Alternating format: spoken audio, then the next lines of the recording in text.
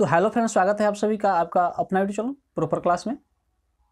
जैसा कि आपको पता है, बिहार बोर्ड परीक्षा को टारगेट करते हुए हमने इस सीरीज को शुरू किया है और इस सीरीज में हम 2018 से लेकर के 2022 तक जितने भी वस्तुनिष्ठ प्रश्न पूछे गए हैं सबको कवर करने वाले हैं।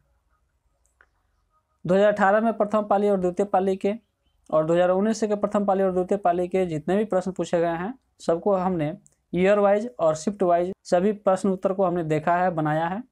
अगर आप उस वीडियो को नहीं देखे हैं तो उसका लिंक मैं डिस्क्रिप्शन बॉक्स में दे दूंगा, वहां से आप जा करके उसे देख सकते हैं और क्वेश्चन आंसर कर सकते हैं। तो आज के इस वीडियो में हम कवर करने वाले हैं 2020 के प्रथम पाली को। यह परीक्षा लिया गया था 21 फरवरी 2020। तो हम पहले प्रश्न से शुरू करते हैं। पहला प्रश्न दिया हुआ है, बहादुर अपने घर से क्यों भागा था? तो बहादुर अपने माँ के मार के कारण भागा था। वह इस डर से भागा था कि उसकी माँ उसको मारने लगेगी। दूसरा प्रश्न है, बिरजू महाराज किस शैली के नर्तक हैं? तो बिरजू महाराज कथक शैली के नर्तक थे। तो ऑप्शन नंबर आपका डी सही हुआ। तीसरा में कहा है कि अशोक वाजपेयी का जन्म कब हुआ था? तो अशोक वाजपेयी का जन्म हुआ था आपका 16 जनवरी 1941 ईस्वी में, यानी ऑप्शन नंबर आपका ए सही हुआ। चौथा नंबर प्रश्न में कहा है कि बिलनौ क्या है? तो बिलनौ एक छोटा सा गांव, यानी ऑप्शन नंबर आपका बी सही हुआ। पांचवें नंबर प्रश्न में पूछा है कि हमारी नींद कविता कहाँ से ली गई है? तो इसका ऑप्शन नंबर आपका बी सही होगा। यह लिया गया है पहल पुस्तिका से, ठीक ना। इस पुस्तिका का नाम है पहल, तो उसी से यह लिया गया है। छठवें नंबर प्रश्न में पूछा है कि अमृत का पर्यायवाची है? तो अमृत का पर्यायवाची होता है सुधा, यानी ऑप्शन नंबर आपका बी सही होगा। सातवें में पूछा है कि मंगू की बड़ी बहन का क्या नाम था? तो मंगू की बड़ी बहन का नाम था कमू, यानी ऑप्शन नंबर आपका ए सही हुआ। आठवें नंबर प्रश्न में पूछा है कि 7 कौड़ी होता कथाकार है? तो इसका ऑप्शन नंबर आपका सी सही होगा, उड़िया के। देखते हैं 9वें नंबर प्रश्न को। कहा है कि कमर कसना मुहावरे का अर्थ है?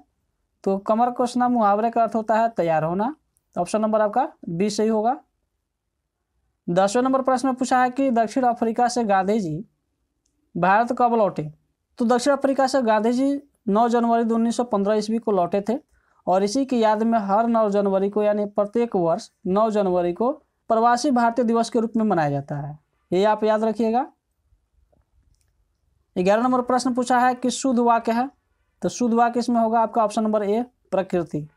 12वें नंबर प्रश्न पूछा है कि परिश्रम में कौन सा उपसर्ग है? तो इसमें उपसर्ग होगा आपका परि, यानी श्रम अगर हम लिख दें यहाँ पर श्रम और इसमें हम क्या जोड़ें, परि जोड़ दें, और जब जोड़ेंगे तो हो जाएगा आपका परिश्रम, यानी जो मुख्य जो शब्द है उसके आगे जो आकर लगता है उसको कहते हैं उपसर्ग। तो यही हो गया आपका परि, यानी ऑप्शन नंबर ए सही हुआ।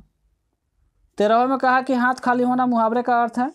तो हाथ खाली होना मुहावरे का अर्थ होगा आपका पास पैसा ना होना, तो ऑप्शन नंबर आपका क्या हुआ, सी सही होगा। 14वें प्रश्न में पूछा है कि अवकाश शब्द में उपसर्ग है? काश के आगे, यानी काश से पहले अगर हम अव जोड़ दें, क्या जोड़ दें, अव, तो ये क्या हो जाएगा, अवकाश हो जाएगा। और जो मुख्य शब्द है उससे पहले जो लगता है उसी को कहते हैं उपसर्ग, यानी यहाँ पर आपको क्या मिल गया, अव मिल गया, यानी ऑप्शन नंबर आपका क्या हुआ, बी सही हुआ 14 का। 15 में कहा कि हिरोशिमा किस देश में है? तो हिरोशिमा आपका किस देश में है? तो जापान में है। और यह प्रश्न जो है यह दोहराया गया है, यह 2018 में भी पूछा गया है और 2020 में भी पूछा गया है, तो यह याद रखिएगा आप। 17 में दिया है कि मेघदूत का जर्मन में अनुवाद किसने किया? तो इसका सही आंसर होगा आपका ऑप्शन नंबर सी, किसने किया था? तो मैक्स मुलर ने किया था जर्मन में अनुवाद, किसका? तो मेघदूत का। 17 में दिया है कि मंगबा को किससे विवाद था? तो उसको विवाद था किससे? अपने बहू से, ठीक ना। तो ऑप्शन नंबर क्या हुआ आपका, बी सही हुआ। 18 में दिया है कि लक्ष्मी के पति का क्या नाम है? तो लक्ष्मी के पति का नाम था आपका लक्ष्मण, यानी ऑप्शन नंबर आपका बी सही हुआ। 19 में दिया है कि किस नदी के बांध के नीचे लक्ष्मी का घर था? तो सही आंसर होगा आपका ऑप्शन नंबर डी, देवी। 20 में दिया है कि पपाती बेहोश क्यों पड़ी थी? तो पपाती बेहोश पड़ी थी तेज बुखार के कारण, यानी ऑप्शन नंबर आपका बी सही हुआ। 21 में दिया है कि महात्मा गांधी के पिता का क्या नाम था? तो महात्मा गांधी के पिता का नाम था करमचंद गांधी, यानी ऑप्शन नंबर आपका डी सही हुआ।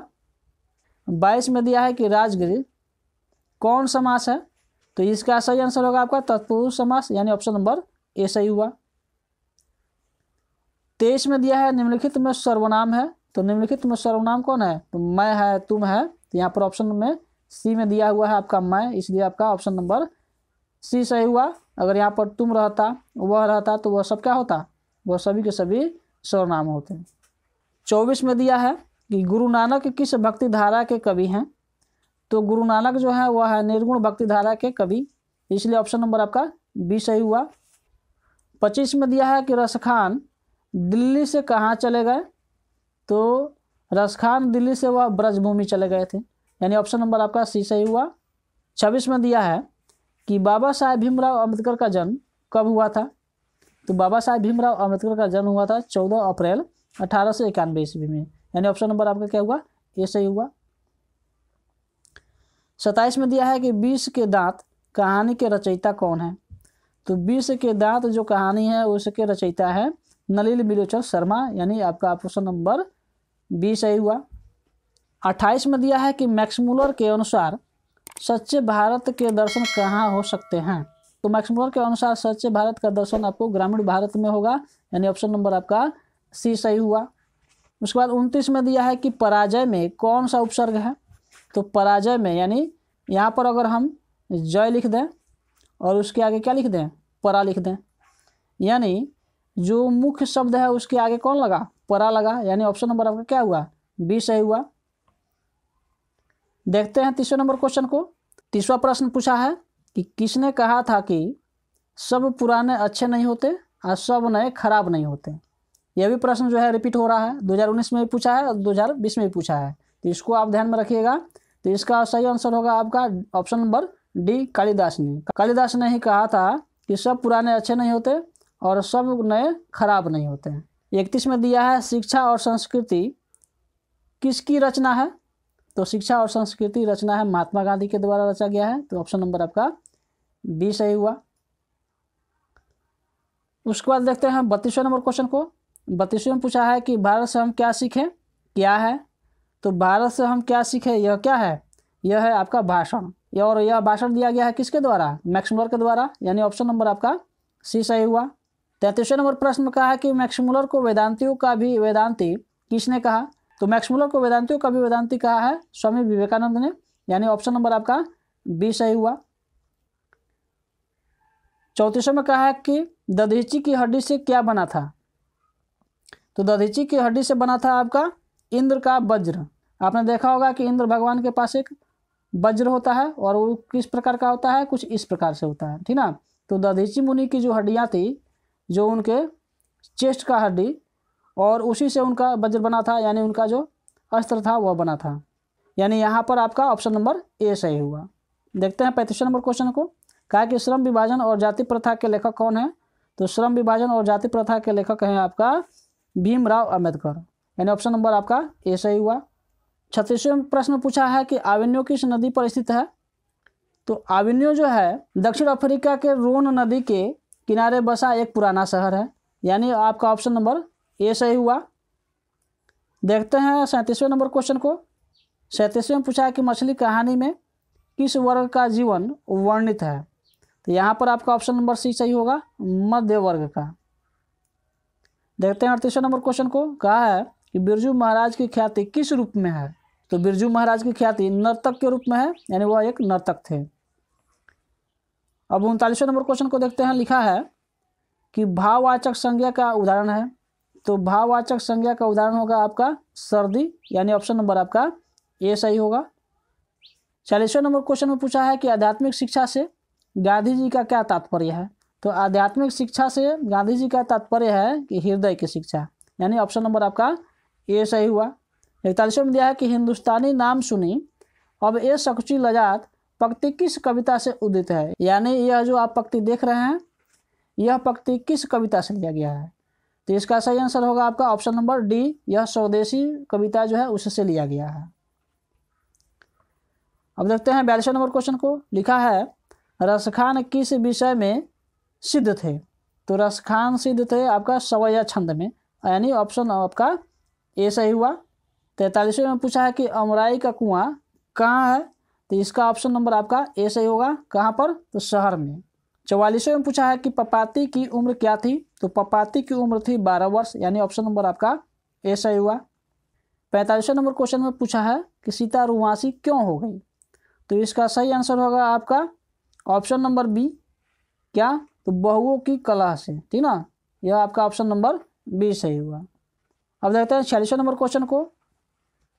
इसमें लिखा है कि प्रभु कविता का हिंदी रूपांतरण किसने किया, तो यहाँ पर देखिए प्रभु नहीं होगा, यहाँ पर होगा मेरे बिना तुम प्रभु, ठीक ना। यह कविता है कौन सा, तो मेरे बिना तुम प्रभु। यह कविता लिखा गया है किसके द्वारा, तो रेनर मारिया रिल्के के द्वारा लिखा गया है। यह जो कविता था, यह कविता आपका जर्मन भाषा में लिखा गया है, क्योंकि रेनर मारिया रिल्के जो थे वह जर्मनी के थे, तो उन्होंने अपने ही भाषा में लिखा होगा और उसको हिंदी में रूपांतरित किया है धर्मवीर भारती ने, यानी यहाँ पर आपका ऑप्शन नंबर कौन सा सही होगा, तो ऑप्शन नंबर आपका डी सही हुआ। कौन है, तो धर्मवीर भारती।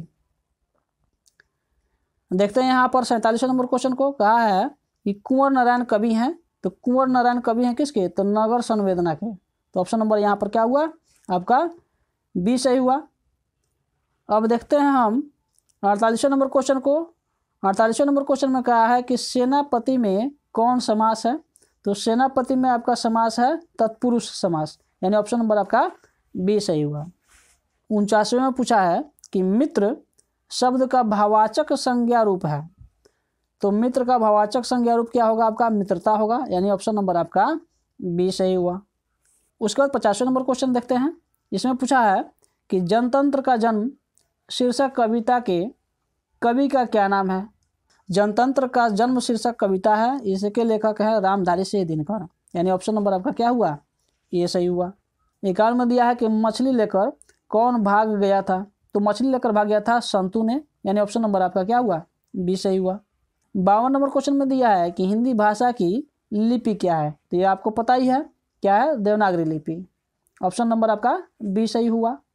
उसके बाद 53 नंबर क्वेश्चन में दिया है कि बिरजू महाराज के चाचा का नाम क्या था, तो बिरजू महाराज के चाचा का नाम था शंभू महाराज, ठीक ना, शंभू महाराज, यानी ऑप्शन नंबर आपका ए सही हुआ। 54 में दिया है जारशाही कहाँ थी, तो जारशाही थी आपका रूस में, यानी ऑप्शन नंबर आपका ए सही हुआ यहाँ पर। 55 में दिया है कि दोहा कोश किसकी रचना है, तो दोहा कोश है सरहपाद की, किसकी है, तो सरहपाद की, यानी ऑप्शन नंबर आपका ए सही हुआ। अब देखते हैं 56वें नंबर क्वेश्चन को। 56 में कहा है कि शुद्ध वाक्य है, तो शुद्ध वाक्य आपका यहाँ पर होगा आपका ऑप्शन नंबर सी, राम ने पुस्तक खरीदी। अब देख लेते हैं हम 57 नंबर क्वेश्चन को। 57 में पूछा है कि नागरी लिपि के लेखक हैं, तो नागरी लिपि के लेखक हैं आपका गुणाकर मूले, यानी ऑप्शन नंबर आपका सी सही हुआ। 58 में दिया है कि बहादुर का पूरा नाम है, तो बहादुर का पूरा नाम था दिल बहादुर, ठीक ना, तो यहाँ पर देखिए दिल कट गया है, तो हम यहाँ पर दिल जोड़ देते हैं, क्या होगा, दिल बहादुर, ठीक ना, आपका दिल बहादुर उसका पूरा नाम था, ठीक ना, यानी ऑप्शन नंबर यहाँ पर क्या हुआ, बी सही हुआ। 59वें नंबर क्वेश्चन में पूछा है कि परिणामवाचक विशेषण है। यह भी प्रश्न जो है 2 बार पूछा जा चुका है अब तक, यानी 2019 में पूछा भी गया है और उसके बाद 2020 में पूछा गया है, तो यहाँ पर आपका सही ऑप्शन क्या होगा, सी होगा थोड़ा सा, ठीक ना, यही जो है परिणामवाचक विशेषण है। अब देखते हैं 60वें नंबर प्रश्न को, और इस वीडियो का अंतिम प्रश्न है। यहाँ पर दिया है कि परंपरा का ज्ञान किन के लिए आवश्यक है। जब आप पढ़िएगा परंपरा का मूल्यांकन, तो उसमें पहले ही लाइन में दिया हुआ है कि परंपरा का ज्ञान किसके लिए आवश्यक है, ठीक ना, तो यहाँ पर देखिए हो जाएगा कि जो लकीर के फकीर न होकर क्रांतिकारी साहित्य की रचना करें, यानी करना चाहते हैं, ठीक ना, तो यहाँ पर क्या हो गया आपका ऑप्शन नंबर सी सही हुआ। अगर आपको हमारा यह प्रयास अच्छा लगा तो वीडियो को लाइक कीजिए। अगर आप हमारे चैनल पर पहली बार आए हैं तो हमारे चैनल को सब्सक्राइब कीजिए और बेल आइकन के ऑल पर क्लिक कर लीजिए, ताकि आपको नेक्स्ट आने वाले वीडियो का नोटिफिकेशन आप तक सही समय पर पहुंच सके। मिलते हैं अगले वीडियो में, तब तक के लिए जय हिंद।